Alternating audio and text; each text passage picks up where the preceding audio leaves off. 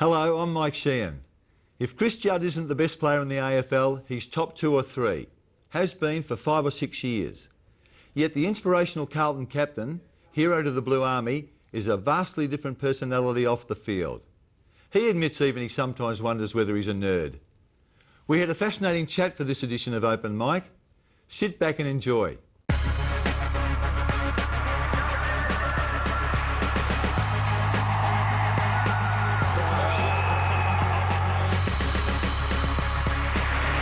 Judd, the 2004 Brownlow medalist. Here comes the champ. Got a prize fighter, isn't he?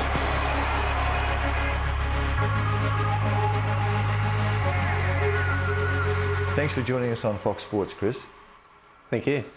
You're a huge figure on the football landscape, yet it doesn't seem to sit comfortably with you. Is that a fair comment?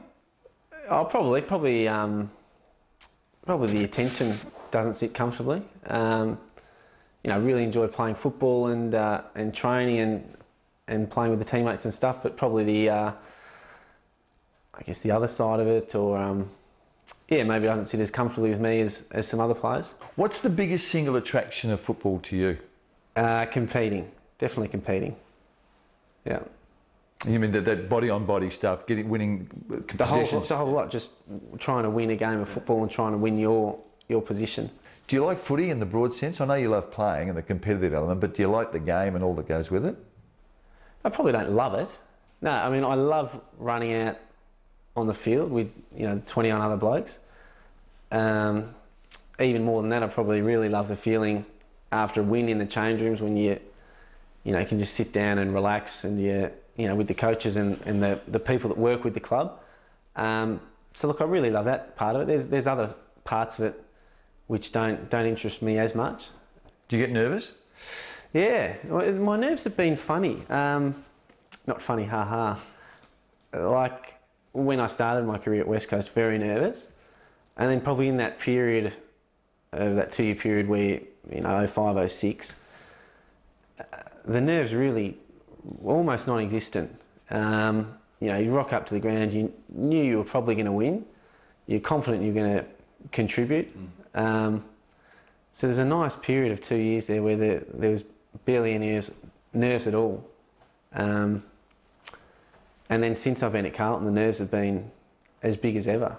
So it's funny how they undulate. I spoke to Robert Harvey about it. He said when he started his career, he got really nervous. Then in the middle, he didn't get nervous. And then at the end, he got really nervous again. So hopefully it's not a sign I'm too close to the end yet. Well, he's played 10 seasons longer than you, so you've got a bit left up your sleeve. Yeah, it's that difference. It's that period in footy when you're living versus surviving. Most of the sides and most players are surviving week to week, and there's a few players and teams that are really living. And I think when you're in that bracket or in that mindset, probably the nerves are a lot less. You've won a Brownlow, you've won a Norm Smith, you've won best and fairest at 2 clubs.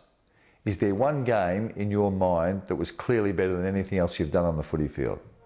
Sort of the game that stands out, and it hasn't been my best game, probably stands out to me more, and other people probably mention it quite a lot as well, is in my second year when we played Brisbane up at the Gabba, and kicked 5 snags. That's a game that stands out for me, but it wasn't my best game I've ever played. Couldn't hang on. Guess who? Could do it again. Judd. Could he do it again? 5.5, I think so. I think so. Should you have won 2 Norm Smiths? No, I mean, I was having a pretty good game in 06, and then I think halfway through the third, popped my shoulder, and I barely touched it after that. So I couldn't have got. Well, I certainly didn't expect a Norm Smith for that game. You dabbled with a newspaper column but walked away, and there are no regular spots now in papers or on radio and TV. Why? Yeah, it's a choice. I think it just comes down to your personality. If you're an extrovert, you generally get energised by being around lots of people or being on TV and things like that. And if you're more introverted, like myself... You're an introvert, are you? Yeah. Hey? Would your family agree with that? Yeah, it's a funny one. I mean, when people think of introverts, they generally think of people sitting by themselves in the corner. Yeah. I'm not like that. But we did all our personality tests at the West Coast, and I was an introvert, so was Woosha.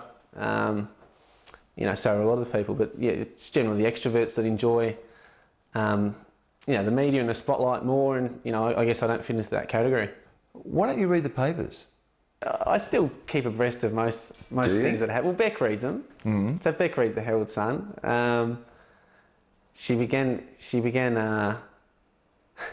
talking too much about football after reading the paper, so it became like I was reading the paper itself, which was sort of defeating the purpose of not reading them. So we've addressed that issue going forward. I don't want to hear that That's news. it.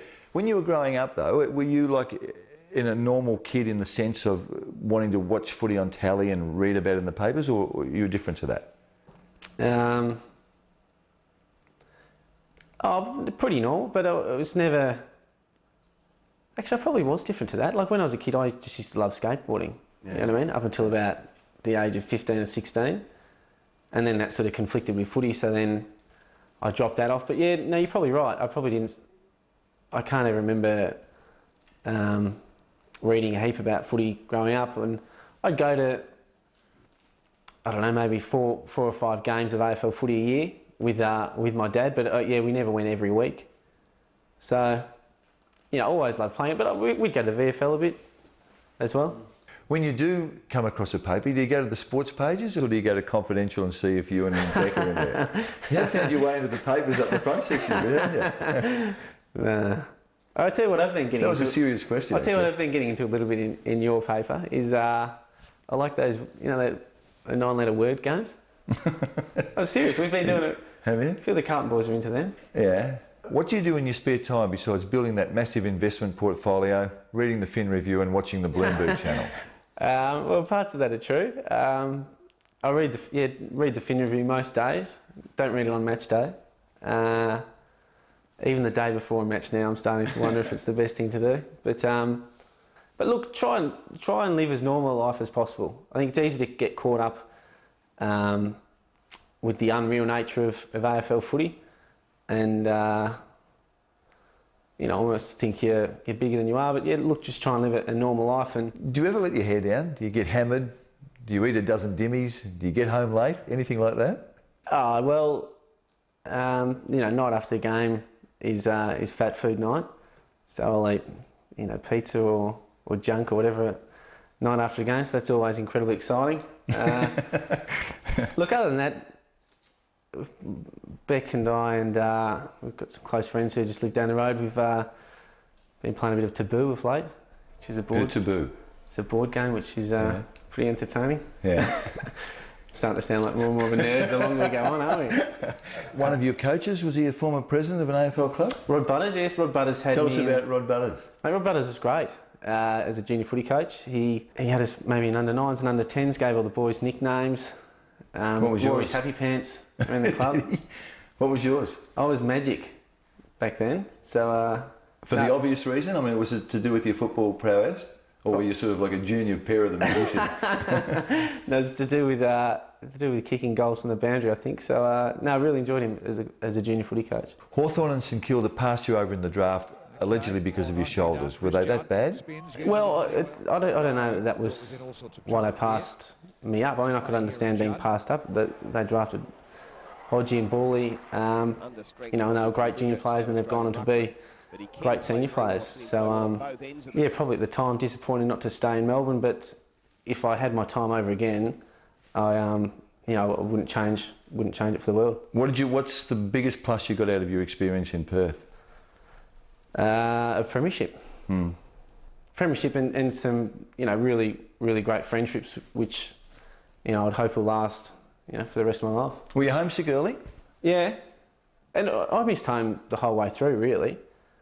I loved the footy club and loved playing with those guys. And we had a period there of, real success. And I don't think, looking back, you probably appreciate that even more now than you did then.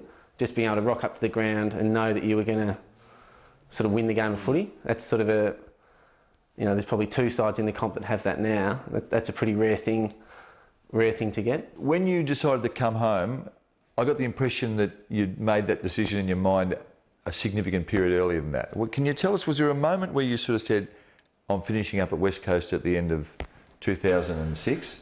I think before,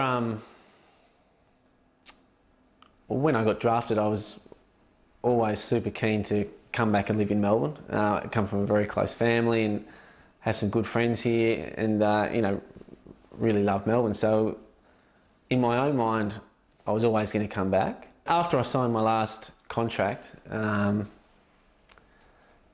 probably thought it was unlikely that I'd sign another one, or if I signed another one, then I'd stay till after footy, because I was going to come out at 24. If you sign another one, then you're 27. It would hardly seem worth coming back to Melbourne for you know, a few years of footy. So I sort of went into it with that mindset, without a concrete, this will be it.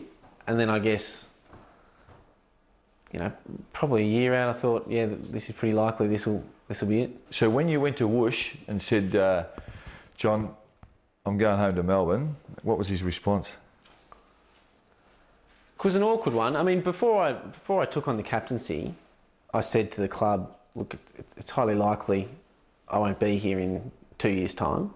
Or was it 2 years' time? Yeah, in 2 years' time. So I wanted to make that really clear, because I didn't want to, particularly, I may have changed the circumstance a little bit, but up until then, you signed on for captain, you were there for life. So I wanted to make that very clear that by doing this, I couldn't commit to that.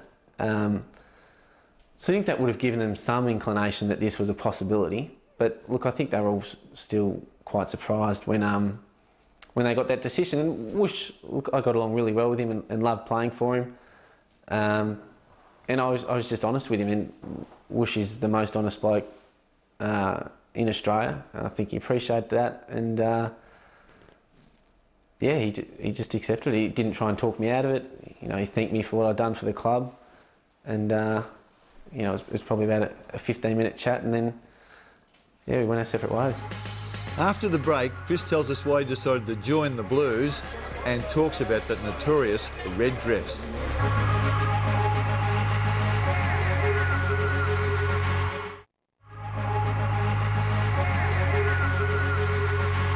You would have had, when you announced that you were coming home, there would have been 10 Victorian clubs in a queue.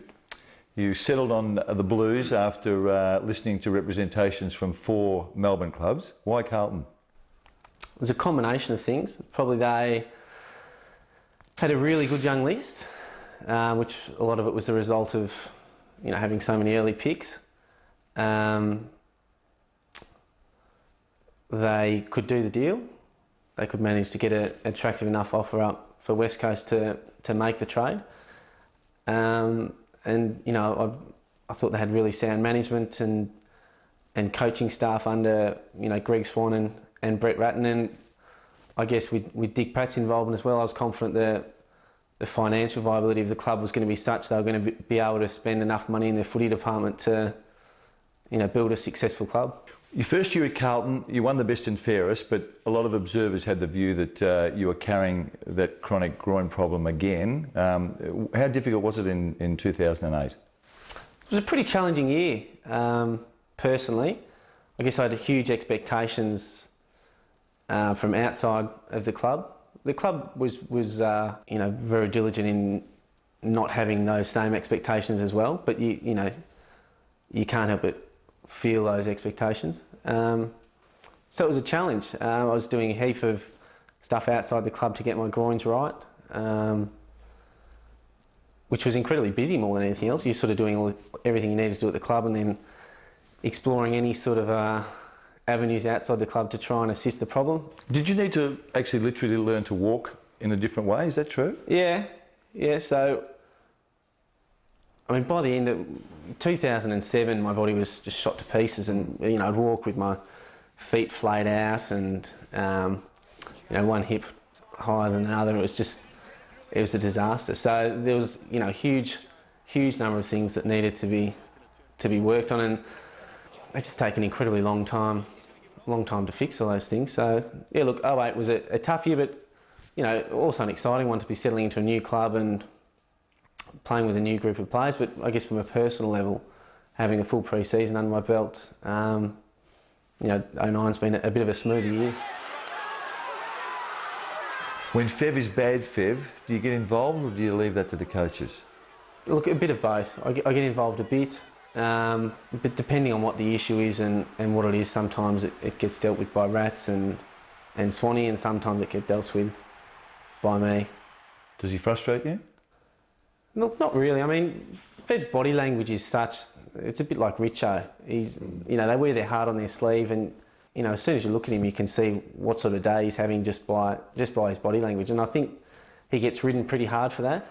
But look, by and large, the main conversations I have with Fev are about his body language being up, because when it is, it gives Mitch Robinson and Chris Yaron and our young players, it fills them with confidence. I mean, it even fills me with confidence, because I know when his body language is up and he's playing that team role, that our forward line structure is going to work perfectly, and when that happens, we're a very hard side to beat. You won the Carlton Best and Fairest in 2008. Was Fev stiff? Were you lucky to win the BNF? Probably. I think one of the things with all individual awards, it gets touched on a lot in the Brownlow, but when you're a midfielder, every week you have the opportunity to play well, because the ball's always going to be in your area for a fair part of the game. When you're a tall forward or a tall back, particularly at the full forward or full back line, there's going to be weeks where you just don't have the opportunity to play well. And then you add onto that the weeks where you don't play well. It becomes pretty hard to win individual awards. So, Fev fits in that category. And look, he had a super year last year and was probably, was probably unlucky, and he'll be more than happy to tell you that if you ask him. He has told me that. I think he could have written that question. The Brownlow, is that, it's obviously a major, massive award. Everyone knows that. How does it sit with you? I mean, were you really sort of over the moon about that? Or well, it was pretty exciting. Was not something I ever had any ambition to win, not something I ever thought I would win. But yeah, when it came up, it was a pretty big deal. I think I was about 20 years of age at the time. So, it was my third year of AFL footy, and all of a sudden you had a Charlie around your neck. So, it all happened pretty quickly. And I guess that was a stage where you went from being a footballer to, a real public piece of property. It probably hasn't been the same since. Well, you were lucky though, because you were with a young lady that night that probably got more attention than you did. She did, yeah. Is that it? I could talk about that. Well, that was probably the first instance I've had of that too, of not just, that was the real example of in the first 2 or 3 years there was Chris Judd the footballer, and that was sort of it. All of a sudden you win an award like the Brownlow, and you're sort of Chris Judd the footballer and Chris Judd the celebrity, and all of a sudden there's a good-looking brunette with not much material on, and she's part of the cast as well. And she's still part of the cast. And in fact, how do you react when the boys at Carlton call you Mr. Twiggly? Well, to be honest, they assure me that this never happens. Really? Is that a myth? Is it another myth? Is it? I've heard it being reported, but I'm yet to see it. Who do you most enjoy playing against? Yeah, probably Adam Goods is the logical one that springs to mind. We some sort of 3 or 4 games in a row where we played each other and had some really good battles. And I guess those games also coincided in pretty memorable games. So he's a name that springs to mind. I haven't had a lot of one-on-one battles with opposition attacking players, if you like. Generally, they've been sort of taggers of various description, and after a while you gain a bit of an affection for the different taggers as well. You don't mean affection literally there, do you? With Goodsy though, there's another dimension to it, isn't it? If they play a very talented player like he is on you, you've got to be more mindful, do you not, about the damage he can cause going the other way? Yeah, you do. I mean, if you're just getting tagged with a bloke put on you purely to negate your role, you don't spend much of the game thinking with a defensive mindset. You can almost spend the entire game just worrying about what you're going to do. So when you are playing on someone like Adam Goods, it definitely changes the dynamics a bit. Who's the hardest tagger? You talked before about you enjoy the challenge of playing on Goodsy. Who's the bloke that you find most difficult to shake? A lot of it depends on the day. Probably Robert Shirley's got a pretty good record on me. I think he got me early on in my career, and I had a good patch on him, and then he's got me late. So look, he'd be right up there. So what of the taggers role frustrates you most? I guess, you know, one of the most effective things is just not letting your opponent be able to run freely at the ball. So when a tag is constantly blocking off your run, not letting you get a clear path to the ball, you know, that sort of thing can prevent you from getting your flow in the game. Do the ball players get enough protection? Have the umpires improved in that area? Look, some weeks they are, some weeks they aren't. I'm always loath to criticise umpires because by and large they do a really good job, and I actually did it in my junior years, umpiring junior footy, and you know, it is a bloody tough gig. So You lost control, did you? No, I umpired. Oh, you umpired, literally? Yeah, so I used to umpire footy. Okay, yeah. When I was a kid. Yeah. So I have a certain level of appreciation of what they go through. I'd have the crazed parents on the sideline screaming out at me, and. So what age were you then? I was reasonably old, like 16, 17. Why were you doing that? You were Just to get some cash. I'll get some cash, yeah. Yeah, so yeah. It was Sunday afternoon, maybe about 15, 16. So I'd play on the Saturday, and then on the Sunday I'd umpire under 11s and under 12s, I think. Robert Walls did a story recently in the paper about Judd's duds and showed you carting the Carlton players around with your shoulders bandaged. That story about you going back to Perth in 2008 for your first game against West Coast, tell us how that unfolded. I had a bit of a discussion, I think it was with Brett Jones, and I was playing with Adam Selwood at the time, and just made a reference to the fact that my shoulders were sore because I'd been carrying them for the past 6 years. But I know you hate telling the story, I know that. It comes across incredibly arrogant. It was obviously said in jest at a time when I wasn't awfully happy with Adam Selwood or Brett Jones banging into the back of me. You once famously said that you didn't see yourself as a role model. Has that changed? No, I didn't actually say I wasn't a role model. I said footballers shouldn't be viewed as role models. So there's a decent difference. Explain it to me. Well, I just think that to blanket any one group of people as, to me, a role model is someone who's slightly better than the average. Okay, that's why you'd want to be like them. To view one group of people as better than the rest of society just doesn't make any sense. Weren't you talking about yourself though? Weren't you saying that? No, I was referring to footballers. Okay. Do you ever watch a game for pleasure, just strictly for pleasure? Yeah, definitely. It's something that for the past few years I probably found it really hard to do. And this year I actually made a concerted effort to watch more footy from a professional point of view, because there's a lot of players running around who I didn't know who they were, which is sort of an occupational hazard. So I started watching more footy and I've really been enjoying it. So it still depends. If we play on a Sunday, I refuse to watch anything beforehand. Why is that? That's just part of the routine. You don't. Yeah. So there's quite a few little rules. You superstitious? Picked up on. Well, I say I'm not superstitious, but then I won't read the fin review on match day. I won't watch games of footy before I've played. I eat the same thing before every game. So, I mean, there's reasons behind I'm doing. I don't tie one shoe up before the other. The reason is I don't want to be thinking about footy before I've played, because there's been instances in the past where you run out there and I've felt like I've played the game in my head before it's happened. So there's some sort of logic behind the superstition. Tell us about your relationship with Dick Pratt.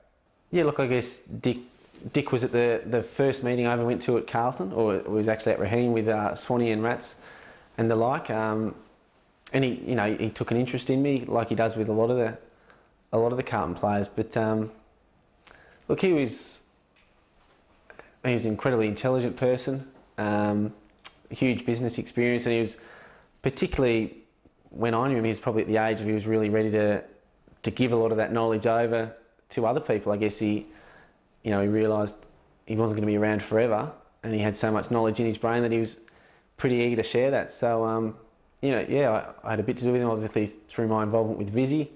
And picked up quite a bit from him. Was he instrumental in you going to Carlton? Look, he's instrumental in getting Greg Swan to Carlton. And if Swanee wasn't at Carlton, I don't know if I would be there.